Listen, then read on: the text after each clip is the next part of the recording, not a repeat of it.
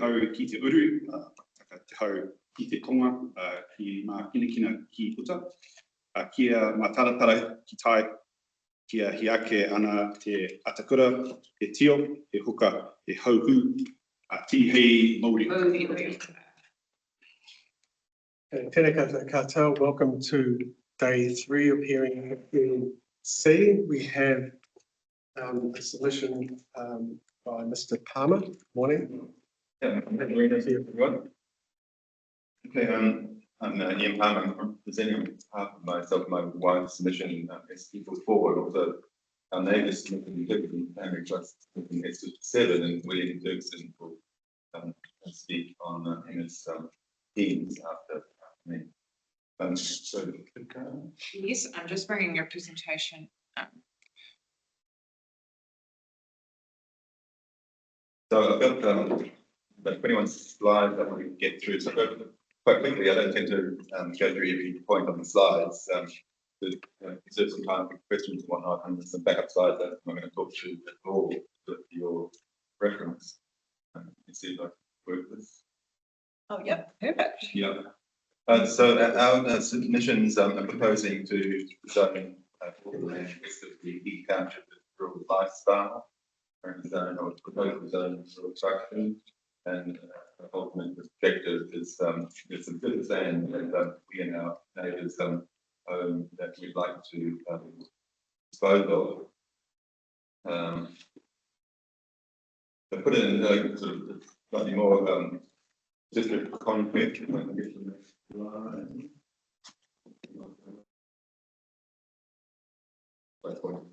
Just at the laptop, and sometimes be a slight forward. No, it's not playing ball. Okay, I'll do it. So we're going to go to page 3. Yeah, slide 3. It's not going for me. Okay. Yeah, so our Raincoat Peninsula, which if you're not familiar, is on the eastern headland of the Manganui Harbour, like across from Manganui Township. And just in terms of our surrounds, I'd like to particularly point out the eastern shore of Manganui Harbour there, which is referred to sometimes as Butler Bay. That's significant, as we'll get to later, because that's currently zoned coastal living and is proposed to be zoned rural lifestyle, which has relatively liberal subdivision rules, but notwithstanding that, very few rural lifestyle sites have been created in the last quarter century. Only 2, as far as I can discern. Next slide. And the proposed budget plan, we've been down zoned to rural production with the coastal environment overlay, and the so for Butler Bay area is also been down zoned to rural lifestyle, and say down zoned for 2 reasons: partly to the subdivision minimum lot sizes. It's somewhat of down zone, but more particularly, or in addition, the coastal overlay is very significant because we have no control for all restricted discretionary pathways for subdivision in coastal overlay, and all of our subject plan talking about today coastal environment overlay. The other point I make here is the 2022 report emphasises that Butler Bay, the eastern side of harbour, is opportunities for creating new lifestyle lots. That when you look into the detail of how that land is owned and amalgamated into these working units, and you look at the topography, there's actually very little potential for additional lifestyle lots there. Next slide. So looking a little bit more detail in our property, we own 3 sites here in blue, red, yellow, comprised 8 lots. Paper road running across the peninsula, which partly the reason why we have more lots of sites.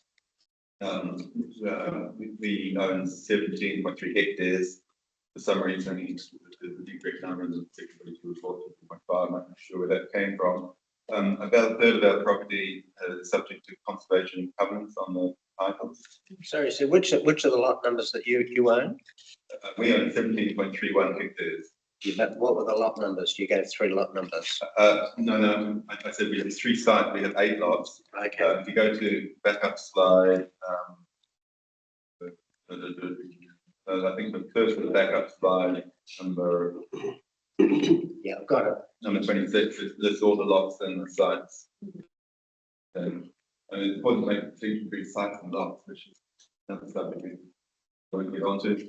There's also what sometimes is called a spike strip, which separates the Ferguson's northern part of the Ferguson's property from the main road in the area, which is into the Prey. I might make, we didn't put that spike strip in there. I think we might do those historic circumstances, but it means that Ferguson northern part of the property is somewhat landlocked by our property, and hence we're wanting to cooperate to deal with that. The next slide. So the Ferguson Family Trust property, they have only 6 sites comprised of 13 lots. They're 25.7 hectares. Again, that number of the 642 before it's not correct. And down in the south, their property, what's referred to like there's Butler Point. There's a number of restrictions, if you like, on the land there. There are 3 titles are heritage listed, category 1, and the Butler House site is scheduled. And there's also trees that are scheduled and coming from one of the titles. And their access is Martin Road, and not into the Prey, part of that fine. Next slide. So, as I was mentioning, the Butler Point area, 3 of those person titles are currently listed. It's the Butler House and Trading Station former proper name. It's not just about the house, but the titles everyone listed.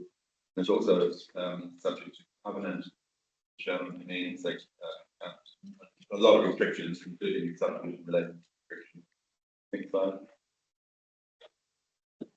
Turning now to overlays and well, actually, we go to the next slide first.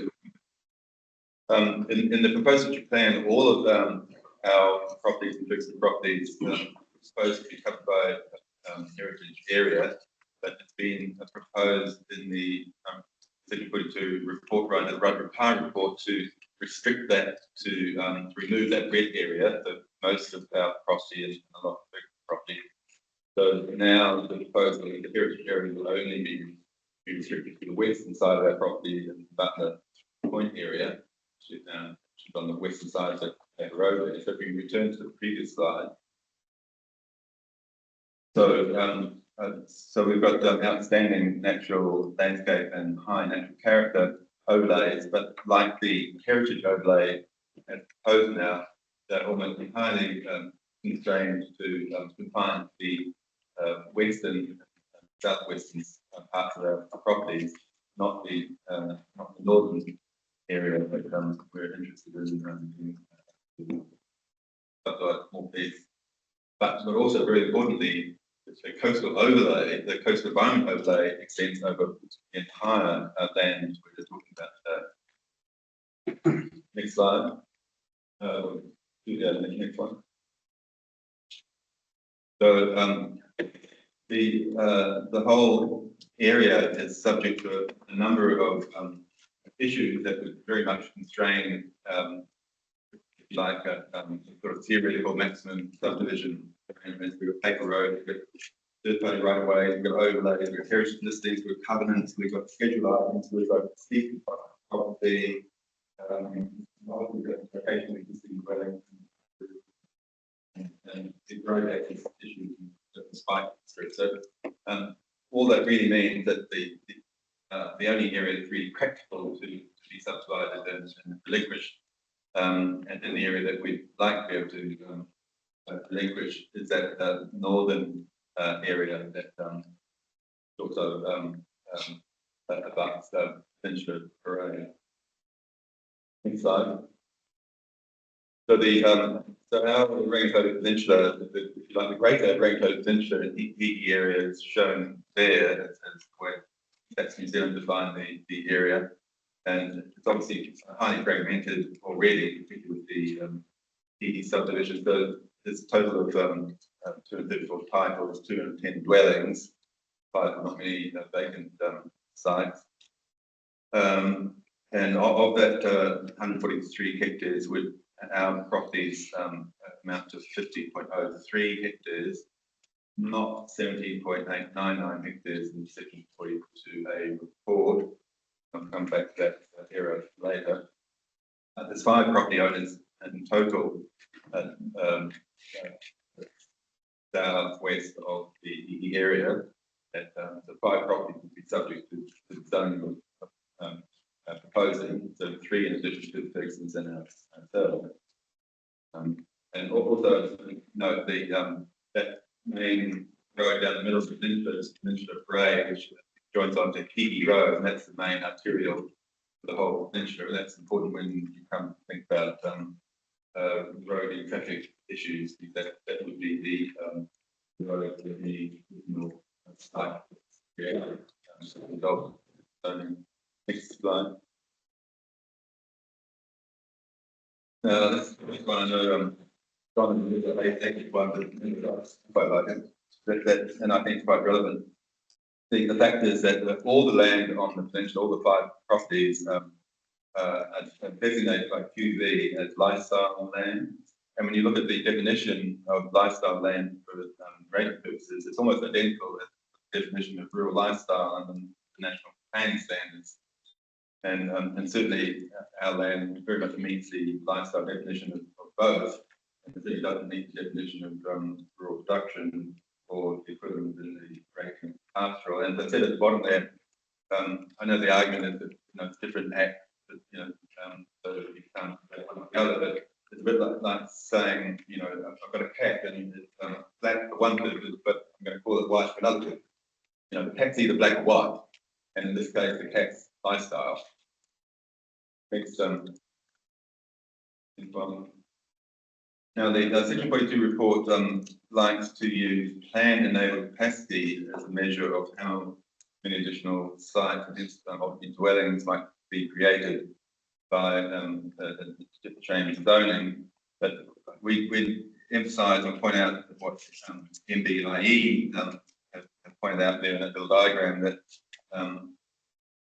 plan enabled capacity tends to be a gross exaggeration of what you end up with in terms of actual development for a number of reasons. And I think particularly for in the rural environment, rural setting, you've got all sorts of practical constraints, as we talked about earlier in slide 10, that constrain what we've got a theoretical calculation from PEC sort of thing would generate to what's realistic. And also in the rural environment, and city for us and Ferguson's, people don't want to necessarily subdivide their land maximum they can. That's always the reason why they want to develop rural lifestyle situations.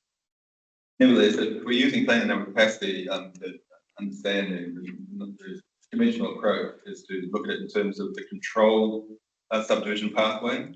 But of course here there is no controlled pathway because of the coastal environment overlay over all our land and over most of the so-called Butler Bay area. And that's because of the subdivision rule R20, sub R20. Says that any subdivision in coastal environment will be fully discretionary. But anyway, if we're going to use plan enabled capacity for anything, it's so the key thing is that it tends to exaggerate the potential key point there. But go to the next slide. But if we are going to use plan enabled capacity anything, then you've got to get the arithmetic right, and that's not been done in the section 42 report. It's got a totally wrong area. 78.99 hectares when the actual is 0.03. I know partly how that happened was the two properties that. Two of the properties that we don't own in the section 42 report, they've got them out wrong by a factor of 10. So I know how you do that. Lynn puts the numbers in square meters, and if you don't do the decimal place, for say instead of 3, you end up with the wrong answer by a factor of 10, and that's happened here. So so the calculations in the Section 42 report based on incorrect areas, of course, produce incorrect answers, and also it ignores the sub R20, the rule applies to host environment. I'm not quite sure why the Section 42 report ignores that rule, but it seems to be a suggestion that the expectation will be set up by the actual zoning, so that if you ignore the overlay, just look at the minimum lot size for the zone, that arguably might set a expectation, and the zoning we're proposing rural lifestyle, the minimum control in the notified plan is 4 hectares. So if we go with that approach, but use the correct areas, you come up with a PEC of 13. And currently we have 12 sites in the area concerned. So that's only an increase of 1. Now you can calculate PEC on a different basis using sites instead of amalgamating owners' property, then you can come up with an increase of 2. But the point is it's a very low number. And even as we said before, the PEC is likely to be better, if anything. But then if you ignore the convention and actually calculate the PEC on a discretionary minimum lot sizes rather than control, in our case, it's notified plan of 2 hectares, then of course we come up with a much bigger number, 24. But of course, as we said before, that ignores the various exaggerations and constraints that the PEC number doesn't take account of. And of course, it's discretionary. The actual outcome of how many lots we end up with is fully at the unrestricted discretion of the council, because it's fully discretionary. So we conclude from this that the overstatement of the Section 42 report on PEC invalidates one of the 2 primary justifications for rejecting our proposal. Next slide.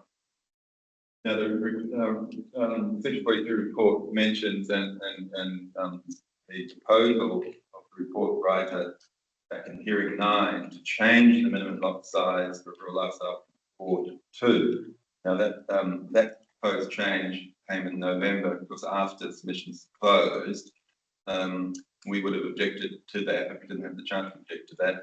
But the other problem we have with that is that the Section 32A evaluation of that proposed change didn't consider the main impact of that change, which is it increases the rural lifestyle plan enabling capacity by a factor of 3, or by 200%. That figure was only revealed when in the first in the appendix to the hearing to the FNDC report. But in any event, it wasn't discussed in any of the Section 32A analyses of that proposed change. We think that that's a defective process, and also Section 32A evaluation. The issue, I believe, was trying to equate the minimum lot sizes with the minimum areas for a dwelling, and of course the other way to equate the two is rather than reduce the minimum lot size and increase the minimum site area for a dwelling. That alternative wasn't considered in Section 32A analysis either.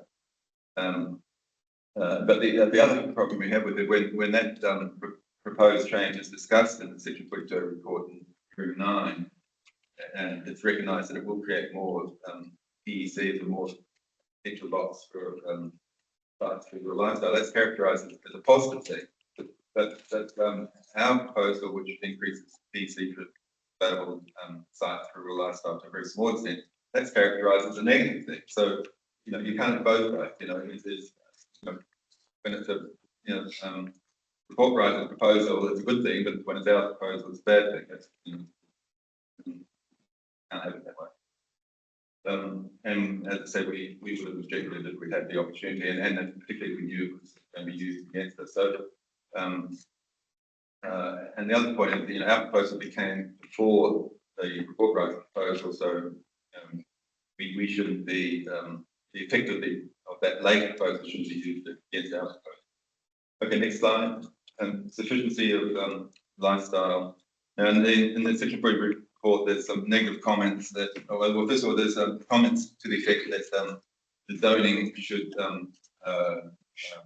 take account of or equate with demand. We agree with that. But then there's also a statement in the later 2015 report that effectively says there's plenty of rural lifestyle type sites in the proposed plan, so we use the negative against our proposal.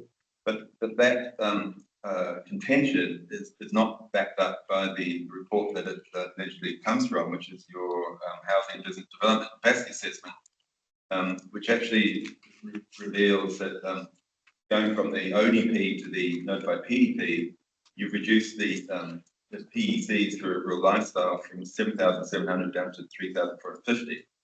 And as a result, as also in that report, it forecasts a deficiency of 530 sites, of rural lifestyle type sites relative to demand. So that's so the data in that report is it contradicts the statement in the Section 42 report. So that invalid Section 42A report contention concerning sufficiency of sites in the rural lifestyle zone invalidates two of the primary justifications for rejecting our proposal. Okay, next slide, consultation with iwi. I don't want to, we can spend a lot of time on this if you want to, but that's the Section 42A report had some negative comments about our lack of consultation with iwi neighbours, so we have now consulted iwi neighbours. In terms of iwi, I'm dealing with the two parties involved quite closely because of that. As Felicity would know, with my involvement with the Rangitoto Reserve, which our property land on. So Tiger and Kerikeri is spokesperson for both the two iwis, and he had no problem with what we're proposing, but he's not going to put that in writing because it's quite a contentious thing within Tahu, where they are quite review, etc. And anyway, we can get into all that in a lot of detail as to, but the bottom line is there won't be any formal response from iwi on the proposal. In terms of consultation with other landowners, the three other landowners beyond on the peninsula, got two positive responses and one no reply, and three with no reply. I let you discern. Yeah. Okay, so next slide. So the assessment criteria for rezoning rural lifestyle, the hearing panel in their final minute 14 defined 9 matters that should be addressed. So because of that, we engaged expert Thomas Cove from Reverend Brian, produced a report which you've got, and concluded having regard to those 9 criteria, our proposal satisfies those conditions, if you like, and that's the sort of summary statement at the bottom that the proposal rezoning is appropriate and justified based on those 9 criteria that you said back in 2024. Next slide.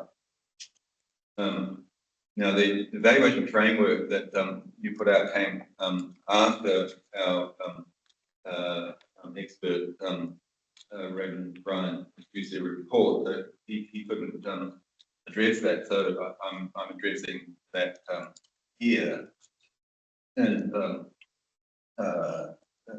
you've defined 4 criteria that should be considered in evaluating these sort of proposals. So we assert that our proposal satisfies those 4 criteria. That's what I'm going to address next. So the first criteria was location, where the Section 42 report mostly positive, other than it's talked about no traffic management study. We maintain our proposal highly the location criteria that's specified. Particularly there's a comment which I was to rephrase from the Secretary report about providing more capacity subdivision adjacent to residential and not adjacent to other rural production. That used for crime reduction may reduce pressure on other land zones for rural production. So we sort of satisfy that. The suggestion that traffic management study should be provided, our response to that is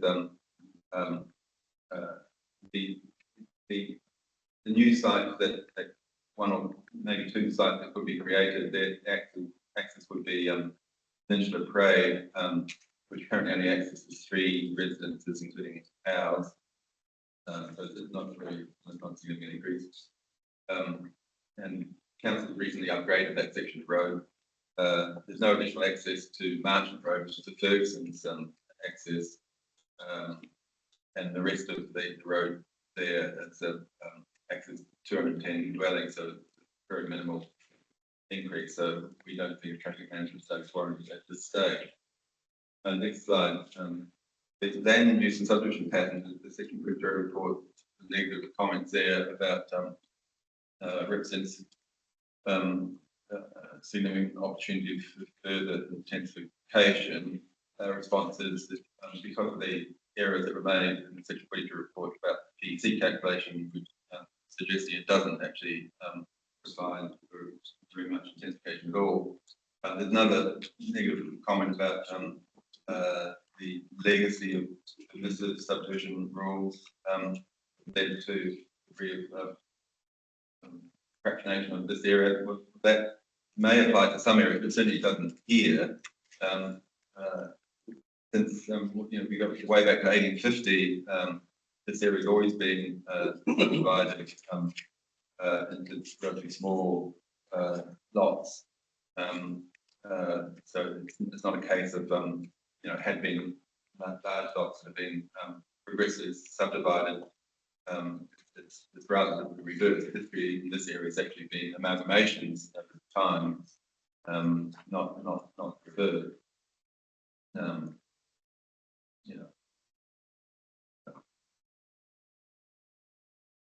Yeah, there's a comment there in the ME consultants report that's positive in terms of what we're proposing to do. Next slide, and then site suitability criteria C. There's a negative comment about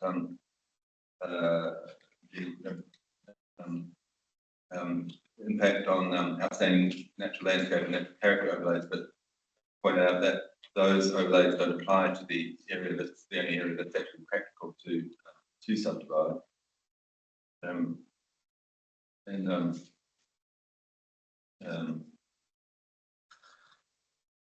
Yeah, so and the comment about enabling significant subdivision potential, well, what we're proposing won't enable significant subdivision potential.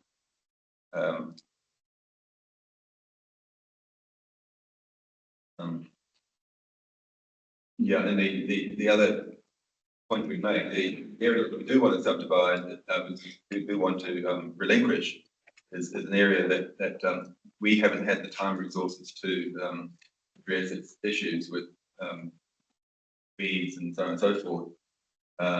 And by bringing a new owner in, you will encourage what's referred to as active management in the policy statement. In other words, you'll have it's in fact it's too much for us to look after all this land, but you bring someone else in and they will be incentivized to address the issues with that land. And that's if you look at the last slide in the packet, 37, this C discussed in some, that concept is discussed in some detail and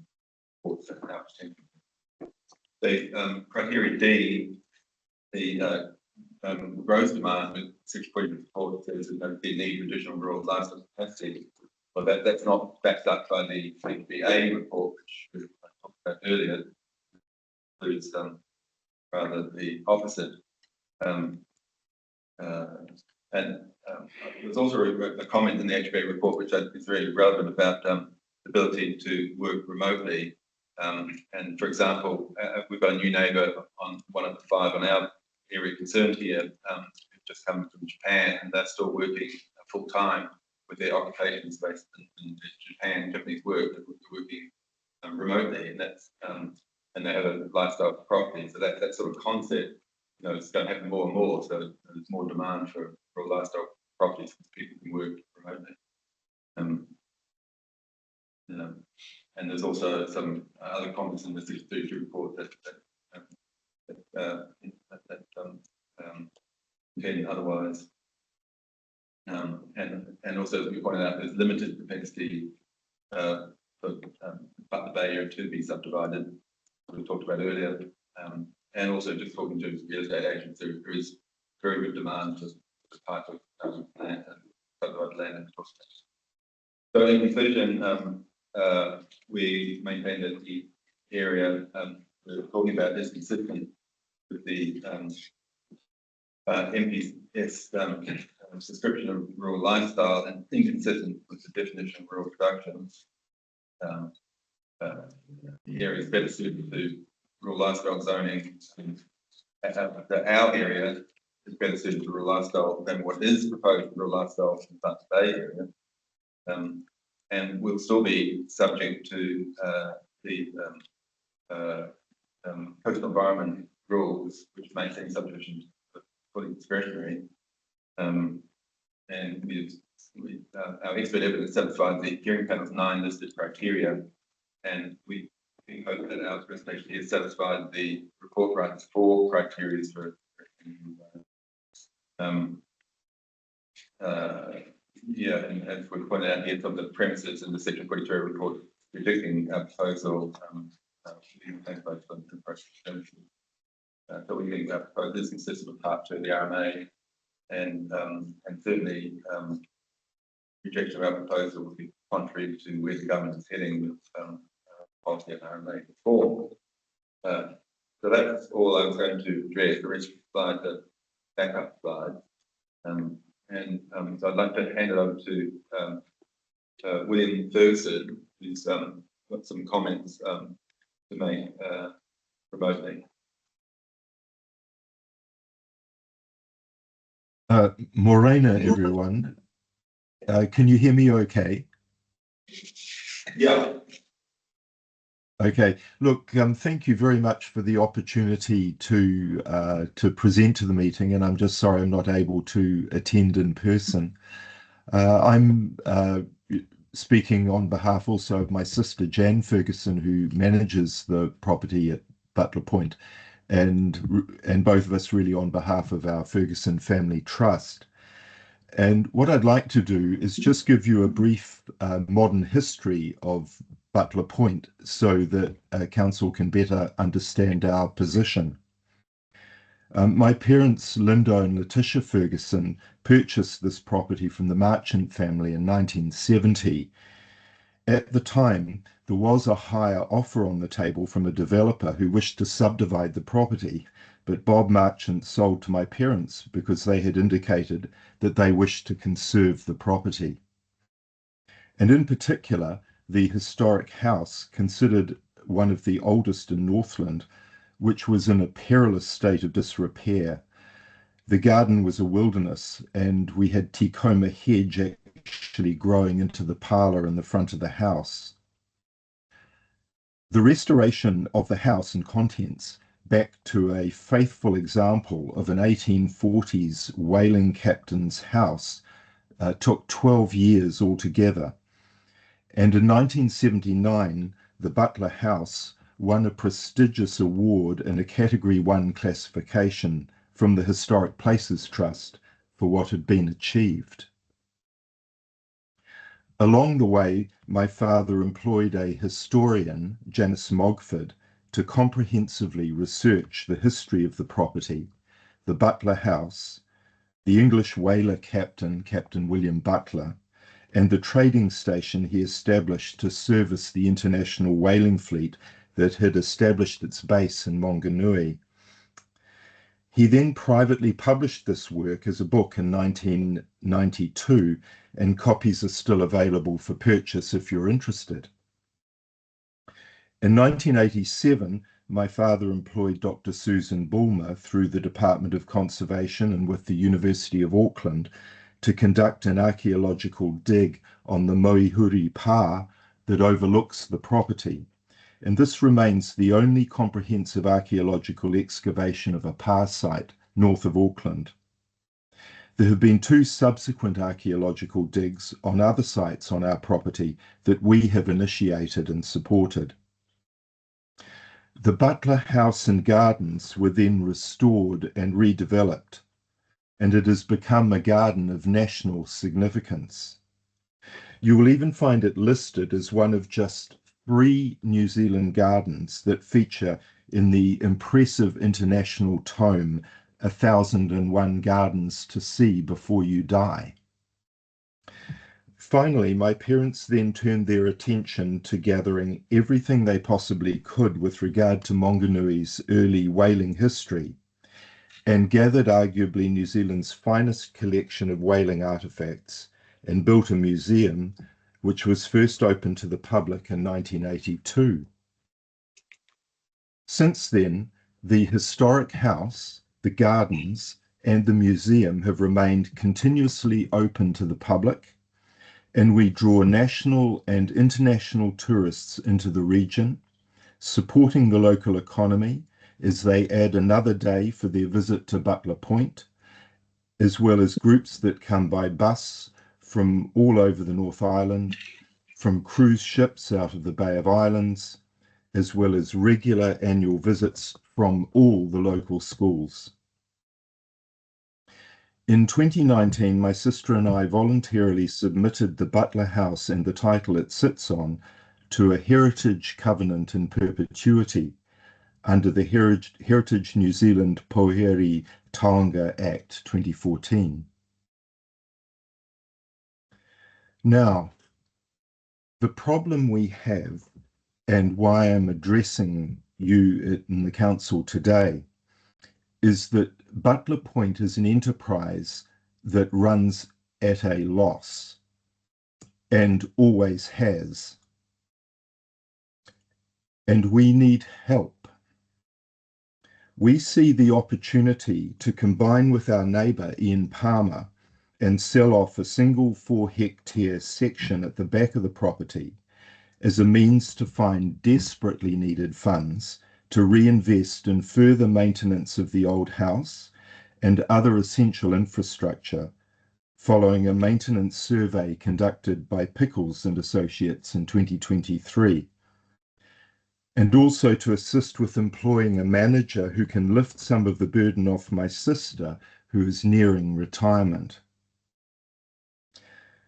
The planned rezoning to primary production, as we understand it, would make this option either impossible or more problematic, and ultimately is a threat to the ongoing viability of Butler Point as an asset not just to the local community, but to New Zealand's heritage and whaling history.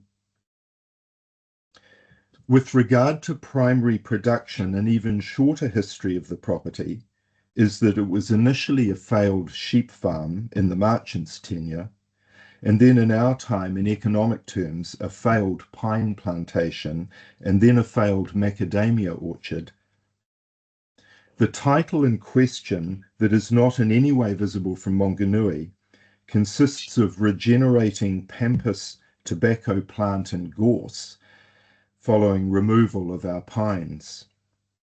As we already have a full-time job managing invasive species in the publicly accessible parts of the property, this is a job that is well beyond our already overstretched resources. In summary, from the very beginning, Butler Point has been about love, not money, about conservation, not exploitation, about making something available for the community and not just the Ferguson family, just as was promised to Bob and Mary Marchant 55 years ago. we feel the Far North District Council needs to step up and give us some support going forwards rather than chop away a means for our survival with this inappropriate rezoning. Thank you.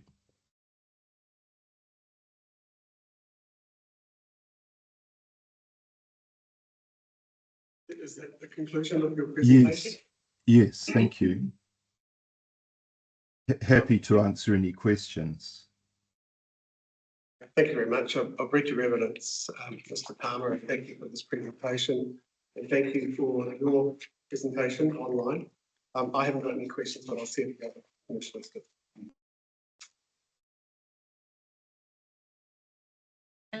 Yeah, I had a question.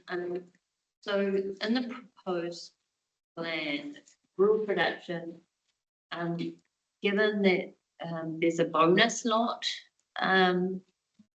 proposal for Indigenous biodiversity protection. So I guess the question is in terms of subdivision potential, because that's been discussed, if it was to remain rural production, could you still do that subdivision of traditional title using that bonus lot provision? That's not something we're familiar with or considered. I have to think about that. That was part of the discussion in the Indigenous biodiversity chapter. Also, Yeah, I mean, the lot that we're talking, or the area that we're talking about, wanting to subdivide it off, it's, you know, it's, William pointed out, it's, you know, we invested, I guess, the way to put it. So, you know, you can clear certainly an area for a house site, etc. on that site. So, I'm not sure how that would fit with that criteria for what. the other question I had, I think the map's really helpful about site suitability, showing the areas that are constrained, and you actually talk about how much of the area is constrained as well with the heritage covenants. Yes, yeah, not, yeah, heritage covenants and yeah, other covenants, yeah. The other covenants. Because we haven't received Conservation. Conservation It's conservation covenants with digging part of 5.something hectares of our land, conservation covenant. 5.something hectares of the Ferguson property. It's heritage covenant. because we haven't got any response, as you've outlined from Whenua, has there been any archaeological? Well, I've been doing response. I got query, and he's very comfortable with what we're proposing, but the contentious matter for him to put that in writing, if you understand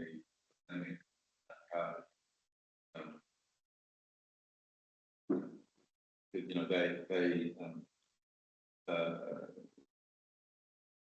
you know, they're not participating, if you like, in the normal Waitangi tribunal process,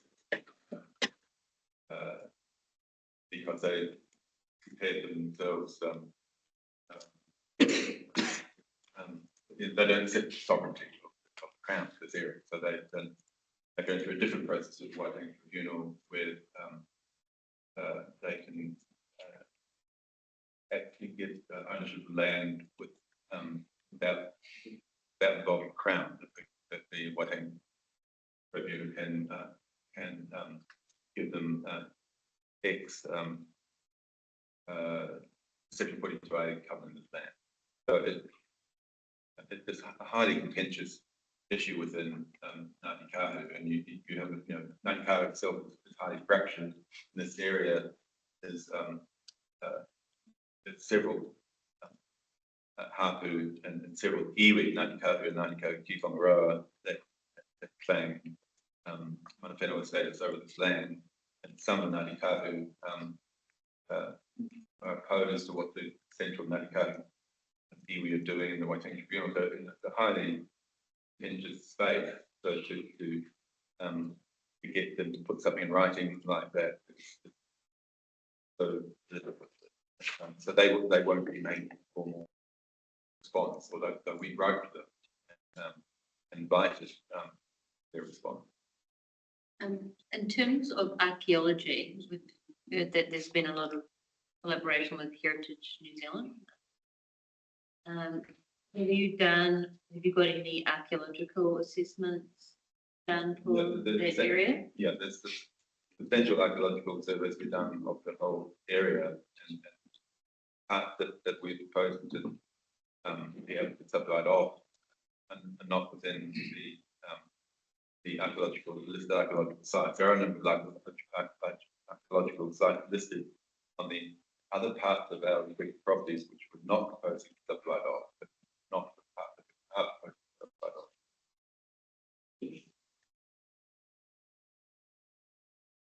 Yeah, thanks. You've obviously done a lot of work in terms of what you've presented here. Just in amongst the plans, have you got an actual proposal in terms of what you wanted to subdivide out? You made an application, or you were successful with your rezoning?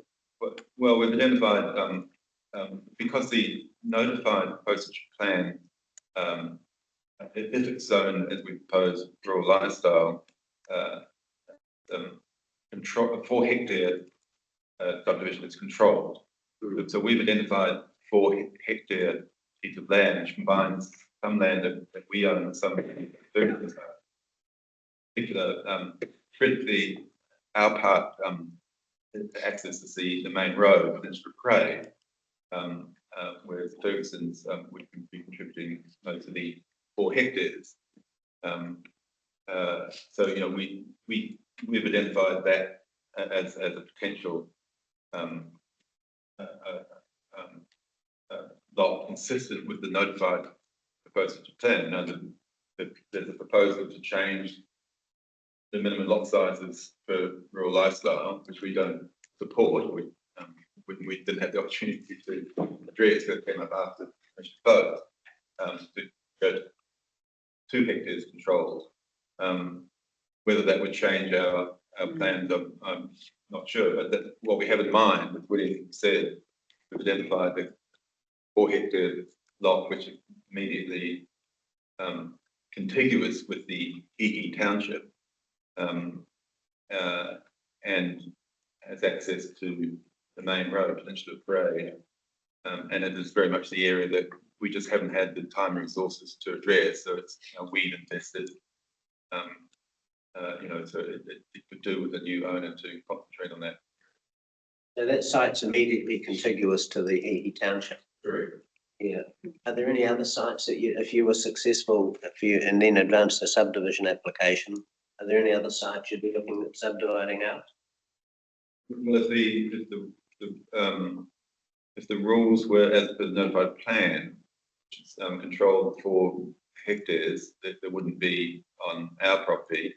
The largest site in Ferguson property is 15 something or other hectares. So in theory, they could carve out 2 4 hectare lots. But our thinking, as William says, at this stage is we've identified and roughly marked out 1 4 hectare lot. That would be our focus to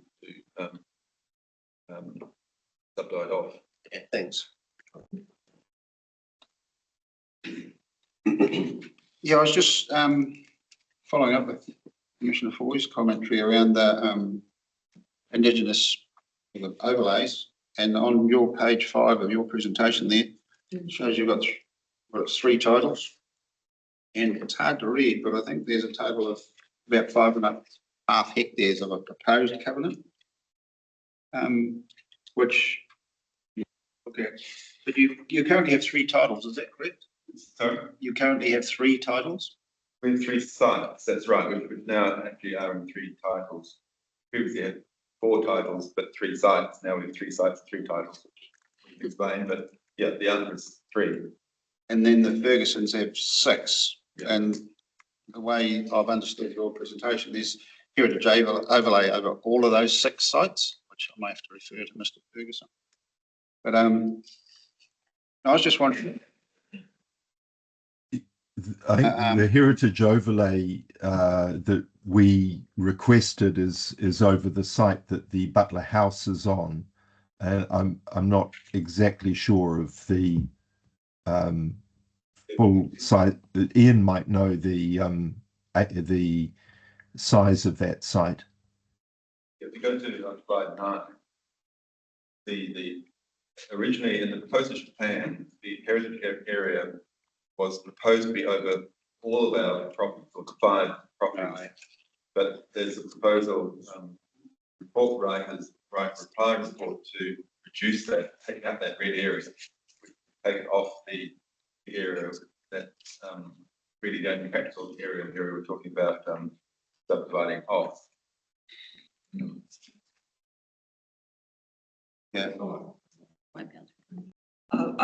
Sorry, I was just saying, if it's helpful to clarify for the panel, there are 2 different sorts of heritage instruments that we're talking about here. One is the heritage area overlay, which is sort of more wide ranging, was discussed at hearing 12, and that's the one that Mr. Palmer's talking about being reduced by that red area. But in terms of the specific sort of heritage covenants, that's more the scheduled heritage resources, and those are the ones that are specifically targeted to Butler House. So Yeah. 2 different sorts of mechanisms. But in both cases, you know, that they're not in the area that we're contemplating subdividing on.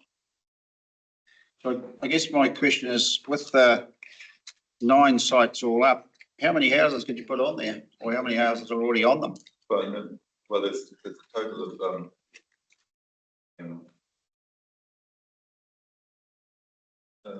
total of 12. We've got 3 sites and 13 houses. We've got 3. 3 houses or 3 sites? Yeah, the Fergusons have 6 sites, but they have 3 houses currently, including the historic Butler House. Right. Yeah, but some of those 6 sites are quite small, and there's one disproportionately. Sorry, I don't have the picture that shows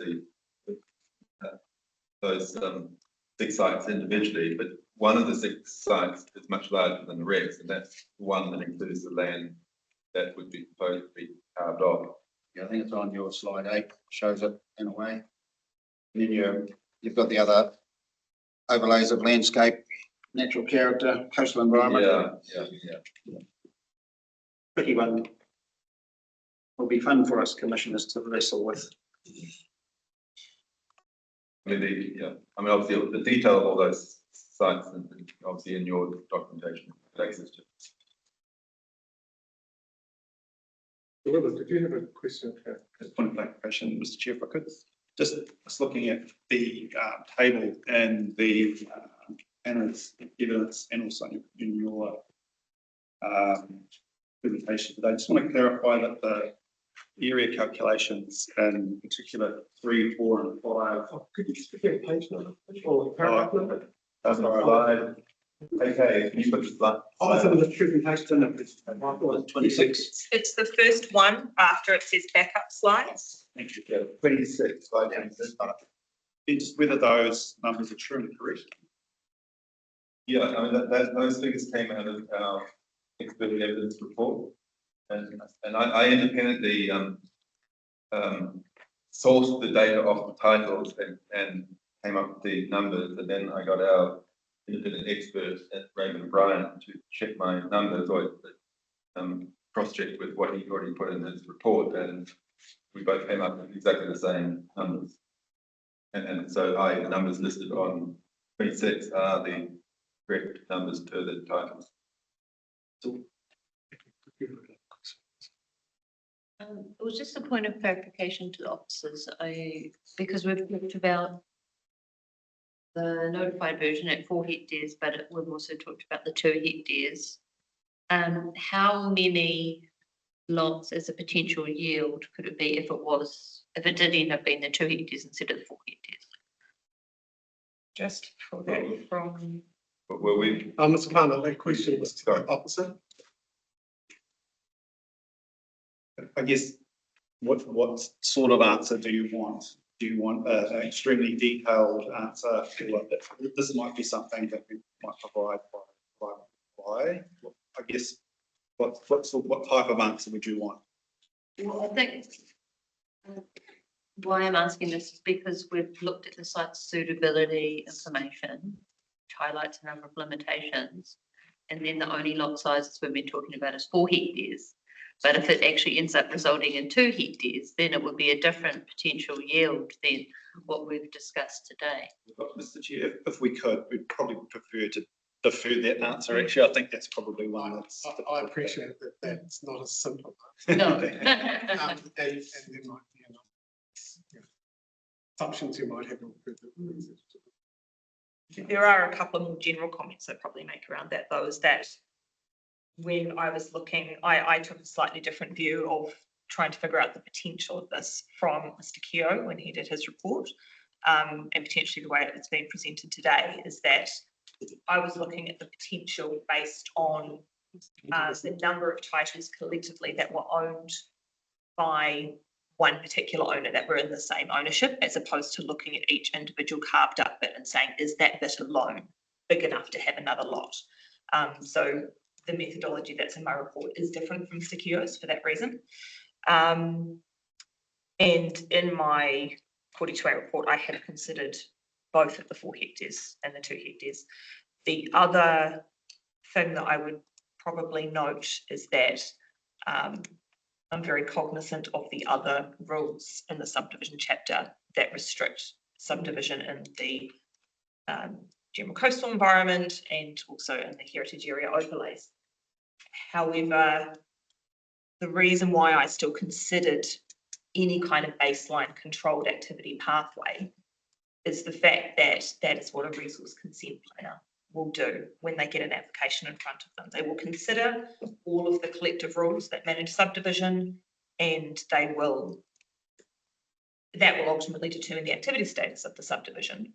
But as part of that, the baseline will be what does that underlying zone enable, and then you work backwards from that. So it's my view that having additional overlays over the top doesn't mean that you completely ignore or forget what the underlying zone anticipates, because that sends a signal to a consenting planner to say what were the plan makers and policy makers at the time thinking was the most appropriate outcome in terms of yield for the site, and that's what sets the time.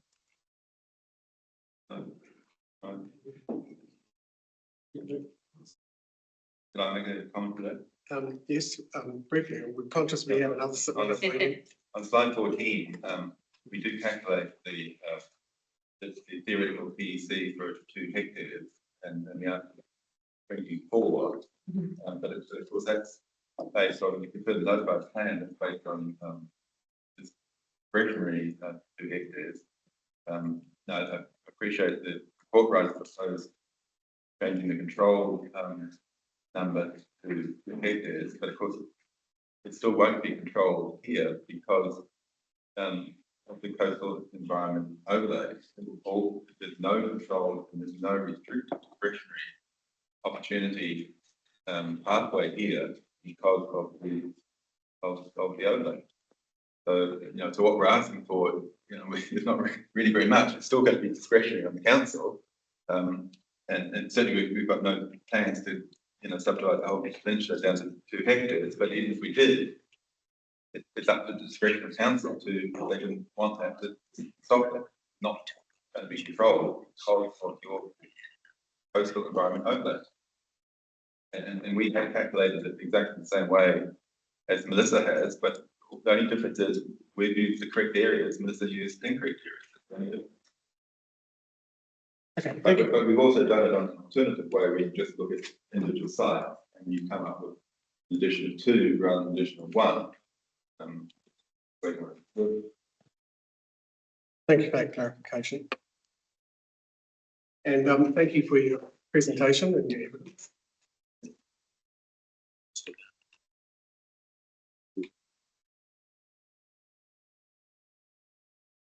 How are we going with the moment?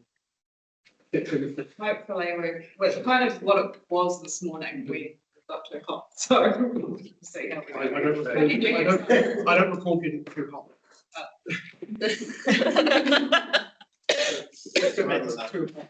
Yeah, no, that's Don't want anyone to be comfortable. Not a freezer or a So No, I I want to think, be I in think your we're good. witness I can and feel it changing. the close. Talking to me. Mr. Carr. Mr. Carr, would you like to come forward now, please?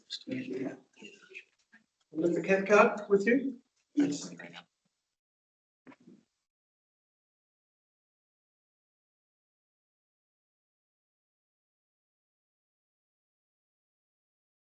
Morning.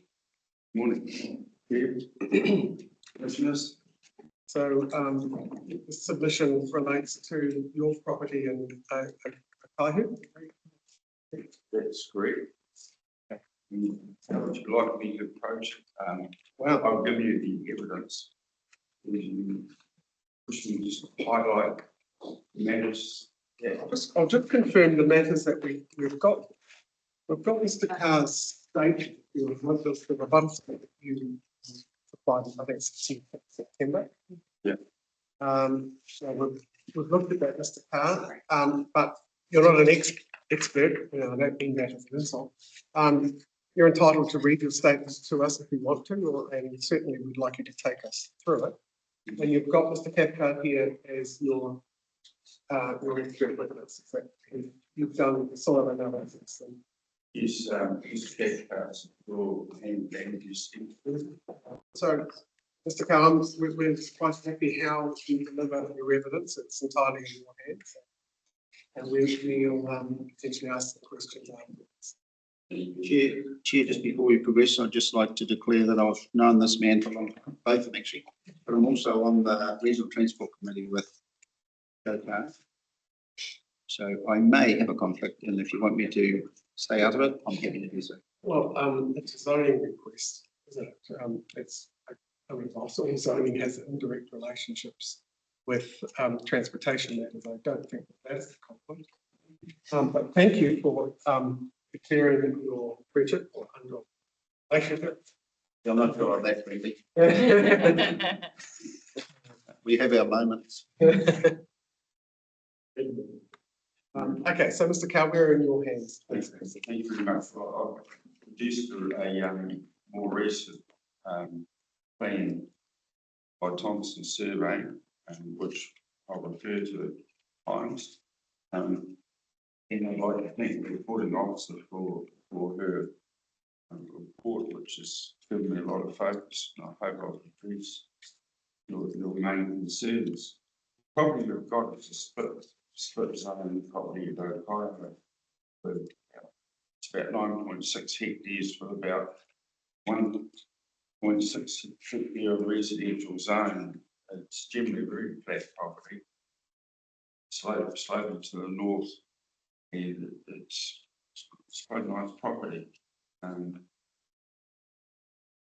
think one of the issues that the reporting officers raised is there demand there? Is there a need for such a zoning extension, extending the settlement zone further on our property?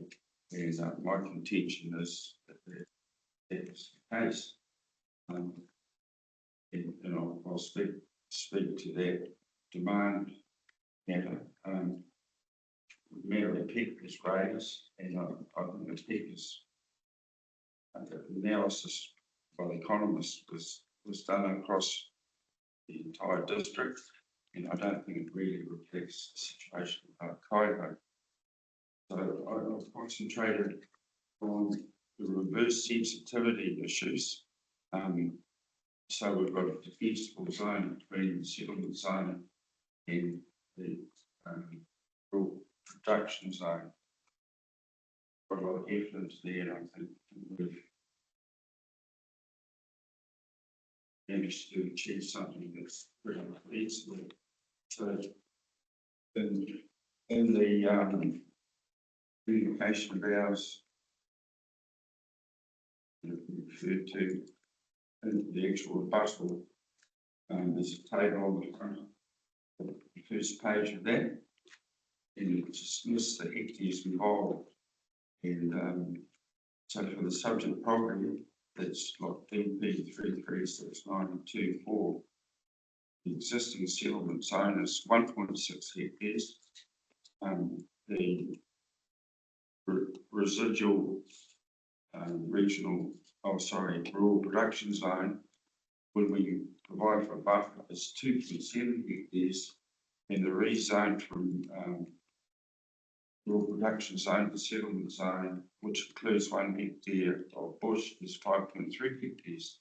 So if there would be an effect of 5.9 out of 9.6 hectares, that would be, we believe, appropriately zoned settlement zone. I've provided today a letter from the owner of the production farming property, which we're creating the buffer zone to,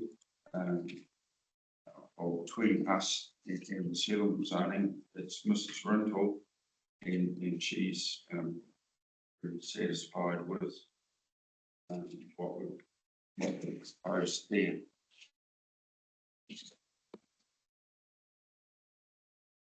Can I just ask a question quickly, and forgive my ignorance here, but Mr. Carr, you, in response to the 42A report, you said in your rebuttal evidence, I've revised my proposal and reduced the area. Yes. And could you just explain to us, is it showing on this plan? Because Yes. we didn't get a plan of what Mr. Carr's revised area was, and I've sort of been struggling to try and work out what it. Forgive me if I'm missing something really obvious. No. And so, block DP 336924 is what we're talking about. Yeah. So it does show a proposed zone line and sort of as Commissioner Floyd has said, dotted line. Is that the revised proposal? That's proposed zone line. It follows the upslope banner of excavated band that formed the Okaika rail line. Okay, so that's sloping up that way. Is that That's at the top of the bank? Yes. Okay. Yep. And what's the other yellow dotted line beneath it? Oh, that's land use class lines. Oh, that's the, okay. Yeah. Oh, so that matches your report. Yes. The image of your report. Okay, the two yellow lines, same two yellow lines in your report. So the 2.7's come out, and that's what you're referring to as your settlement zone buffer. And that's LUC4. Yeah. And then so it's the LUC, okay. You can see the blue. You see that? Oh, yeah, it's in the blue of the residential. That's the existing. That's the existing zone. That's Yeah, you've got you got to squint your eyes a bit. And in larger scale for the old people. And about centre, along near Settlers Road, you'll see LUC class 2. That's actually got 1 hectare of native bush there that we refer to, and that would be proposed for zone settlement zone also.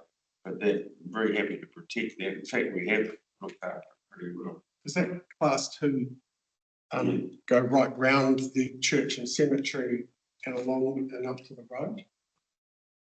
Yes. Yeah, so that is highly productive. That is highly productive there. Yes, and we've, Mr. Kaka, would you like to? Yeah. Sorry if I'm jumping in here, but I'm just trying to understand. You're leading the question. I'm just trying to get facts rather than any sort of opinion. The dotted line across the dotted line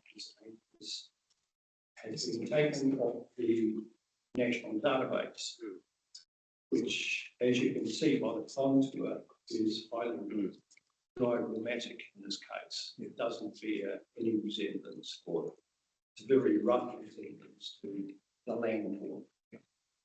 And it gets worse when you get beyond this site. So again, just establish some facts. The class 2 stuff is the flatter stuff towards the road.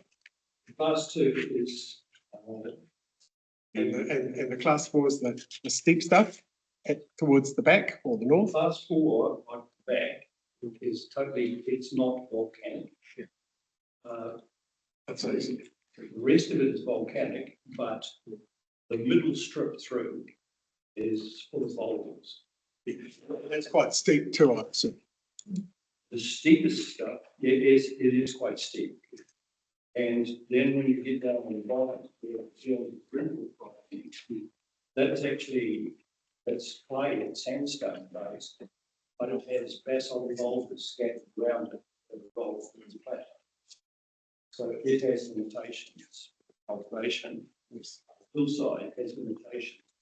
Deeper, and the front part, while it is assessed as land use category class 2, if you work through the land use capability units, taking it to its third stage, it is fairly limited to the range of crops and flow.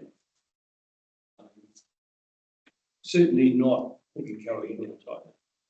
Yes, yeah, and I understand, Mr. Cathcart, that Dr. Hill and you agree that whilst it is overseeing 2, that there are constraints. Is that correct? Yes, we're Oh, sorry, I think Mr. Cathcart will answer that question. yeah, we're in agreement on that. It mirrors another one. If you take the unit to the unit stage, on detail, it is quite valuable, but all the units and its capability classes like that, they be quite distinct. The big, what you grow crops on it if you have water. So that was my question. I think it's probably directed to you, Mr. Cathcart. I read Dr. Hill's response to your report, and it would appear that he agrees that there are constraints on the use of this under-sectoral land based on water and size, but also lack of connectivity to other class 2. Is that correct? I'm asking me. I'm asking you. Oh, yeah. Question. Oh, no, sorry, myself. I'm calling Mr. Cathcart. Sorry. Yeah. That's another. Mr. Cathcart, Mr. Cathcart. I sort of experience. My apologies, sorry. Along that plan over is an old formation, for the existing settlers waivers, because in the horse and cart days, you followed the easy ground and you did not go up and down. So, and there's a, through that,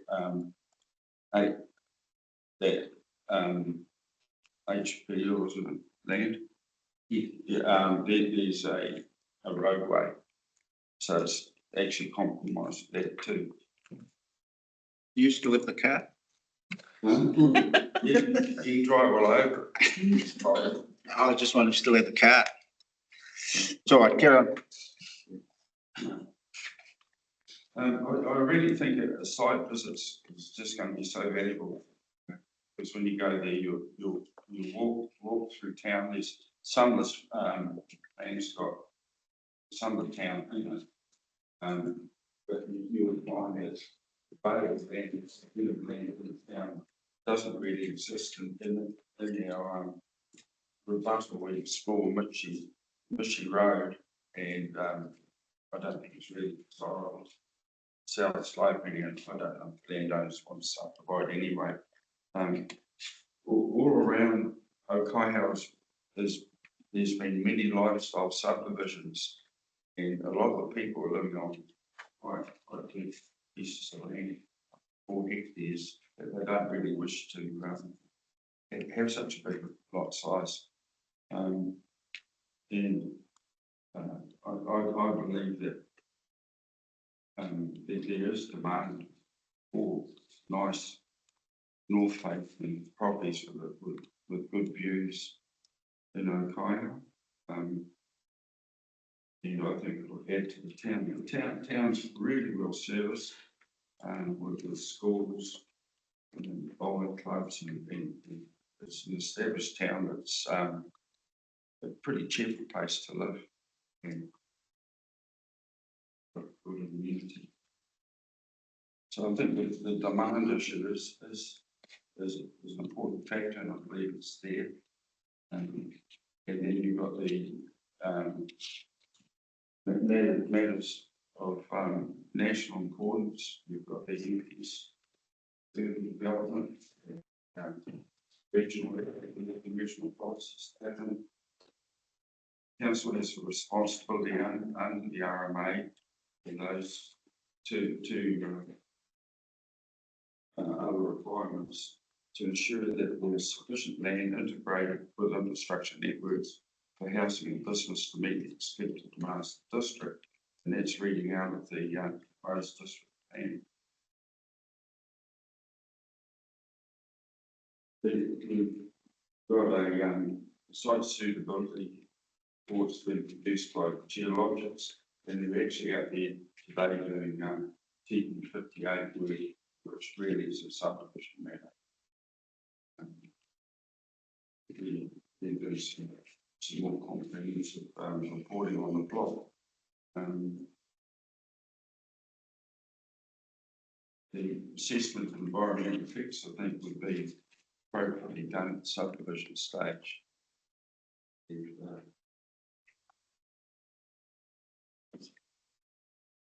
It's pretty well wrapped up. The key issues may got some good questions of me. Thank you, Mr. Carr. I had my only questions are around the defensible boundaries, and you've talked a bit more about this. At the top of the pink line. Yes. It's at the top of a bridge, or I don't know how, I mean, we'll see when we go there. Yes. You've talked about that one side, but what about the other side to the east?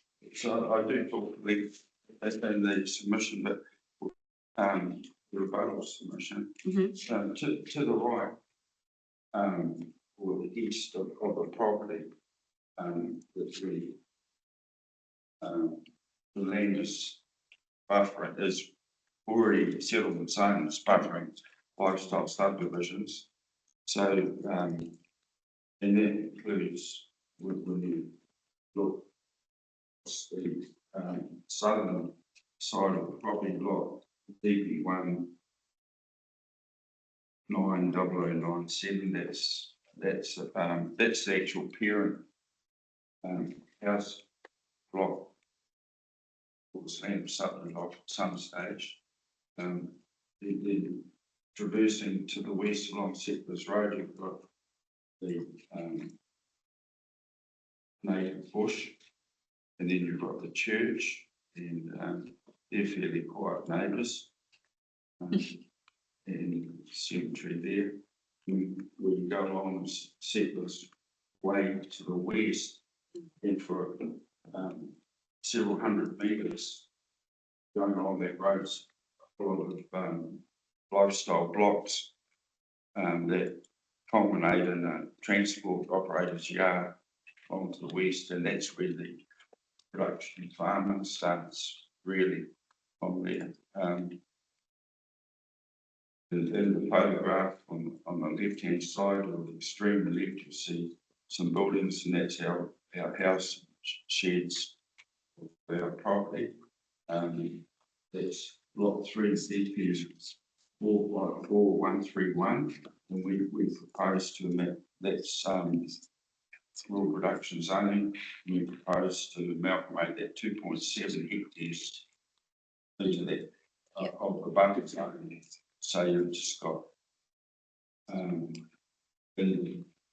all the rural production zoning all in one lot, and then you'll have the settlement zone in one lot with no split boundaries. The letter of support that I provided today is from lot 1 DP 5276600, and that's the rental farm. It's a pretty big farm. So I just guess it's probably 7 years, and we've got a continuous boundary within the road requirements. They're the main concern for sensitivity, and productivity and and sort of residential type activity. It's the main activity there. There's lot 2 with DP 19928. There's a lifestyle block that adjoins the eastern country on the west-southwest corner of the property. They've got a extensive hedge along their property, and we had some reverse sensitivity issues with those people regarding our baling contractors, and we've made bailage on this property for 3 years or so now. So here we go. So it solved the operation. You know. No, are there any other areas at Okaihau that are arguably better suited to rural residential development? I mean, I actually believe this is the best opportunity, Commissioner. That's the footpath, town footpath goes right along to the church. The water supply actually goes to that bit of native bush. The distance between the school and the easement entrance into the properties, what distance is a few hundred metres. So it's really, you know, I don't believe there's another area on either side of the town that you could expand the town to. And I'll just point out there's some sections shown on the right hand side of the page. on the other side of the road, yeah. Yeah, and pretty steep. I think that there's sort of anachronism from some of the areas. Time. There's nothing you consider this building. You'll see them when you see them on the site visit. So that's really the only capacity. But I did make a comment when you look at the property. You see the entrance easement into these been recent subdivisions of the land that are serviced by that easement, and you notice how big the lot sizes are, and it's right in the middle of town. You know, I actually think that's an efficient use of land. Yeah.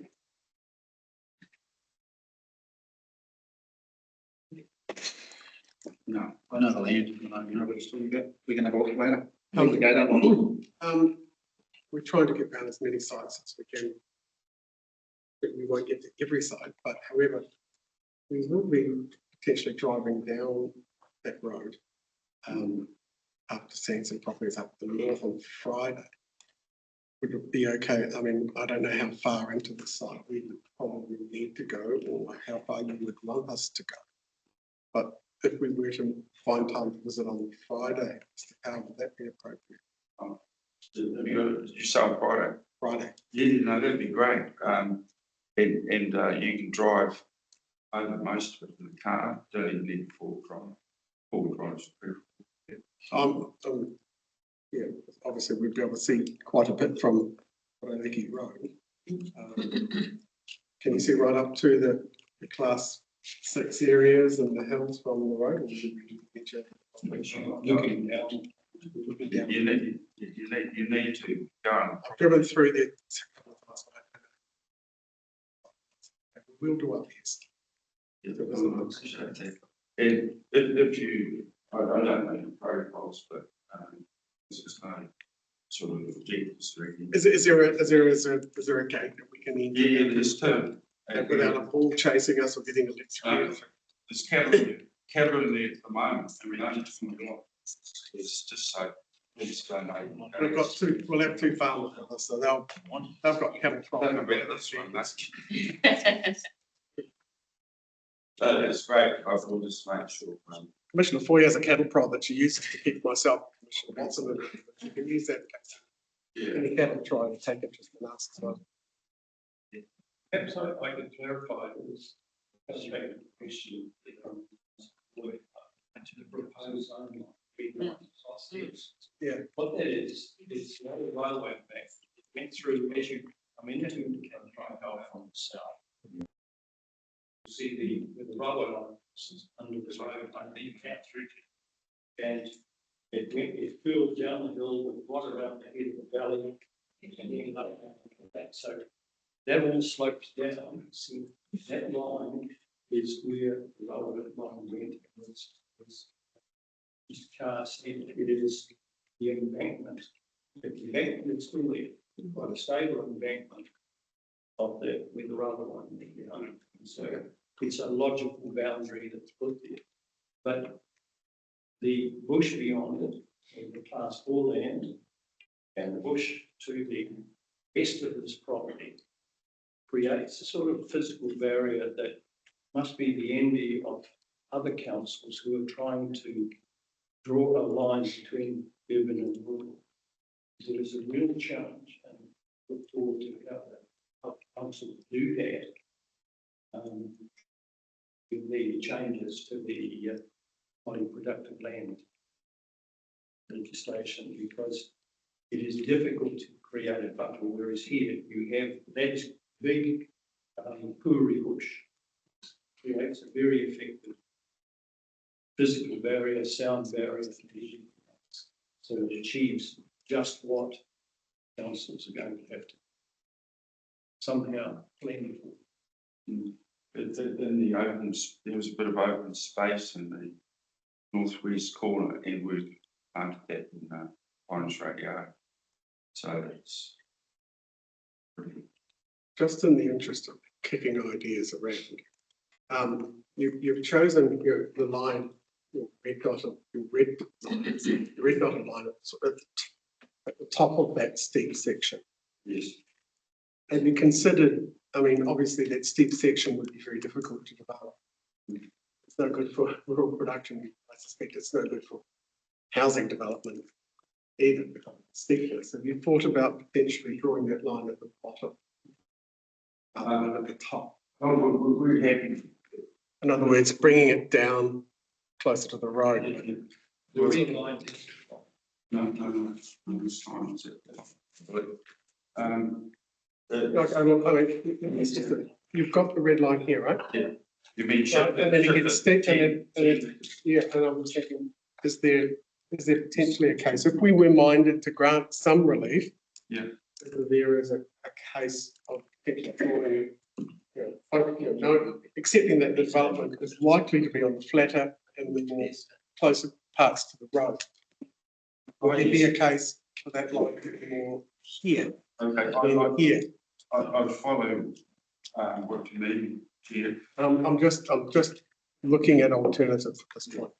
So where the zone line is on the west, if you look just above it to the south, you'll see some quite easy country, and there's potentially two lots just there, and there's really quite nice lots. So that was apart from that, there's no reason. One of the things about having it there is, sure, you can't build it that far, but what it means is you can actually increase your lot sizes, people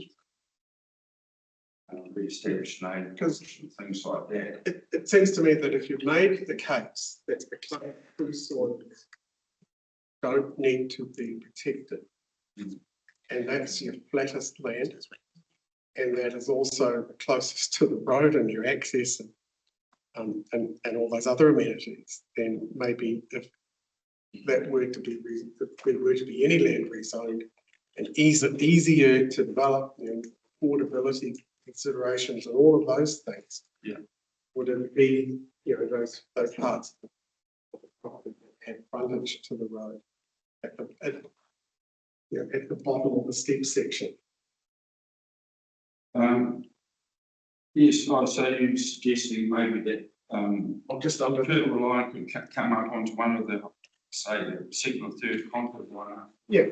Sort of, I mean, you might want to join the yellow dot, your existing property boundaries. Yeah, bring it up to contour 240, some of you. Yeah. Yeah, Residential parts quite late. Yeah, that's my point. No, that could be feasible. That's, so I want to, so you're saying that's feasible, so that's something for council officers to have we'll ask council officers to consider that as potentially an option. Thank you. And they'll report on that in their right of reply, which will be publicly available. We'll at the same time, we'll go and look. And we may ask it. May send a bit of a further direction to council officers, because we're going to have a look Friday.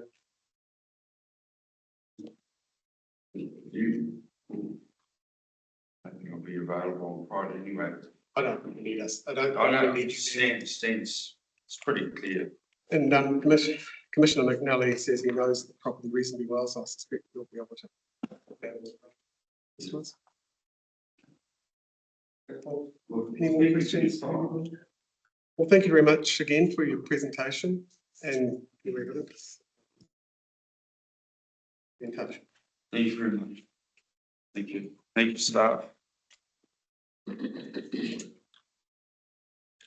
Yeah.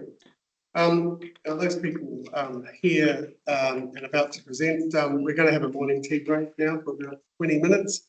You're welcome to join us back here in the inner sanctum for a cup of tea and a biscuit if you want. Yeah, I've been there once before, actually. Ask me for a cup of tea. I'll stop the recording.